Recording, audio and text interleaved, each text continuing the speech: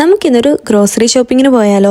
ഒരേ സമയം എനിക്ക് ഇഷ്ടമുള്ളതും അതേപോലെ ഇഷ്ടമല്ലാത്തൊരു കാര്യമാണിത്. ഇഷ്ടപ്പെടാനുള്ള കാരണം ഫുഡ് വാങ്ങാൻ പോവാണല്ലോ, ഇഷ്ടപ്പെടാത്ത കാര്യം അക്കൗണ്ട് കാലിയാവും. ഏകദേശം 1 ഇയർ കഴിഞ്ഞു ഞാൻ ജർമ്മനിയിലെത്തിയിട്ട്. എല്ലാ തവണയും ഷോപ്പിങ്ങിന് പോകുമ്പോഴും ഞാനൊരു ലിസ്റ്റ് തയ്യാറാക്കും. ആ ലിസ്റ്റിൽ 5 or 6 സാധനങ്ങളെ ഉണ്ടാവാറുള്ളൂ. കാരണം നമ്മൾ 2 ആഴ്ച ഇരിക്കുമ്പോൾ എന്തായാലും ഷോപ്പിങ്ങിന് പോകാറുള്ളത് കൊണ്ട് ഒരുപാട് സാധനങ്ങൾ വാങ്ങിച്ചു കൂട്ടണ്ടല്ലോ എന്ന് വിചാരിച്ചിട്ട് നമ്മൾ പ്ലാൻ ചെയ്തിട്ടായിരിക്കും പോകുന്നത്. പക്ഷേ എത്ര പ്ലാൻ ചെയ്തു പോയാലും ലാസ്റ്റ് ഒരു 10 ഐറ്റമെങ്കിലും എക്സ്ട്രാ എൻ്റെ കൂടെ ഉണ്ടാവും. എടുത്ത് ബാസ്ക്കറ്റ് ഇടുമ്പോൾ അതറിഞ്ഞില്ലെങ്കിലും ബില്ലടിക്കാൻ പോകുമ്പോൾ ഞാൻ നല്ല രീതിയിൽ മനസ്സിലാക്കാറുണ്ട്. പിന്നെ ഞാൻ എന്നെ തന്നെ സമാധാനിപ്പിക്കും, അടുത്ത തവണ വരുമ്പോൾ ഇതിലും കുറച്ച് സാധനങ്ങൾ നീ എടുത്താൽ മതിയെന്ന്. എല്ലാ തവണയും ഷോപ്പിങ്ങിന് പോകുമ്പോഴും എന്നെ ഏറ്റവും കൂടുതൽ ആകർഷിക്കുന്ന ഭാഗമാണ് ഈ ചോക്ലേറ്റിന്റെ ഏരിയ. ഈ തവണ പക്ഷെ നല്ല കൺട്രോളിലാണ് ഞാൻ പോയത്, അതുകൊണ്ട് അവൻ എന്നെ ആകർഷിക്കാൻ പറ്റിയില്ല. അതിന്റെ വിഷമം പുള്ളിക്കുണ്ട്. ഈ കടയിൽ ഫുഡിന്റെ ഐറ്റം മാത്രമല്ല, ഇതുപോലത്തെ സ്റ്റിക്കേഴ്സും പാത്രങ്ങളും അങ്ങനെ വേറെ ഐറ്റംസും അവൈലബിൾ ആണ്.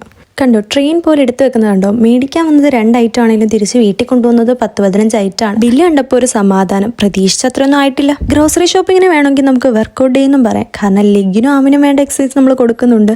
അപ്പോൾ ഇത്രയേ ഉള്ളൂ. വീഡിയോ ഇഷ്ടമായി ലൈക്ക് ചെയ്യുക, സബ്സ്ക്രൈബ് ചെയ്യുക. ബൈ.